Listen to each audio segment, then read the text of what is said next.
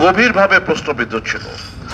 আমাদের অনেক কূটনৈতিক তারা কূটনৈতিক সুলভ আচরণ করেন নাই, তারা অনেকে পার্টির সদস্য হয়ে গেছেন, আমাদের দূতাবাসগুলো পার্টির কার্যালয়ে রূপান্তরিত করেছেন।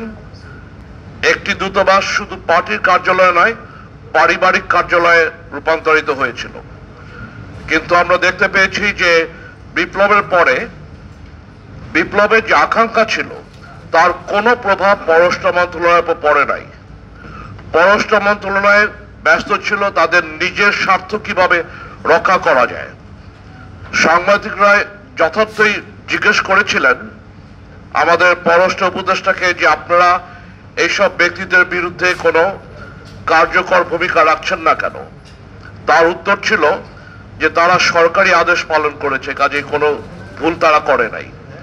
এটা সম্পূর্ণ একটি ভ্রান্তিকর উত্তর, গ্রহণযোগ্য উত্তর নয়। এইটাই যদি উত্তর হয় তাহলে পুরা ফ্যাসিবাদের কেউ কোনো দোষ করে নাই। আমরা জানি যে শুধু একজন ফ্যাসিস্ট নেতাকে সরালে ফ্যাসিবাদ নির্মূল করা যায় না। ফ্যাসিবাদ একটা ইকোসিস্টেম যেটার ভিতরে সকলে অংশগ্রহণ করেছে এবং ফ্যাসিস্ট যে নেতা তাকে তারা সর্বোপরি তৈরি করে তারা লালন পালন করেছে। এখানে সামরিক আমলা, বেসামরিক আমলা, কূটনীতিক, আইন শৃঙ্খলা রক্ষাকারী বাহিনী সকলে জড়িত ছিল। কাজে যদি পুনর্গঠন করতে হয় তাহলে পররাষ্ট্র মন্ত্রণালয় যারা আমাদের দর্পণ বহির্বিশ্বে তাদেরকে প্রথম পুনর্গঠন করতে হবে, দোষী ব্যক্তিদের চিহ্নিত করতে হবে, তাদের এখান থেকে সরিয়ে দিতে হবে, যাতে করে বিপ্লবের যে আকাঙ্ক্ষা ছিল সেটা আমরা বাস্তবায়ন করতে পারি।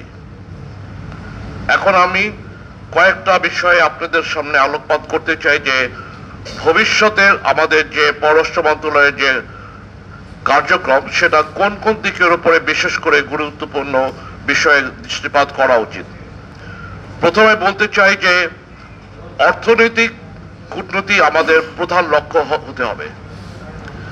দেশের অর্থনীতি ছাড়া অন্য কোনো স্বার্থ প্রথমে আসে না বর্তমান বিশ্বে, কাজে এই বিষয়ে বিশেষ করে লক্ষ্য দিতে হবে।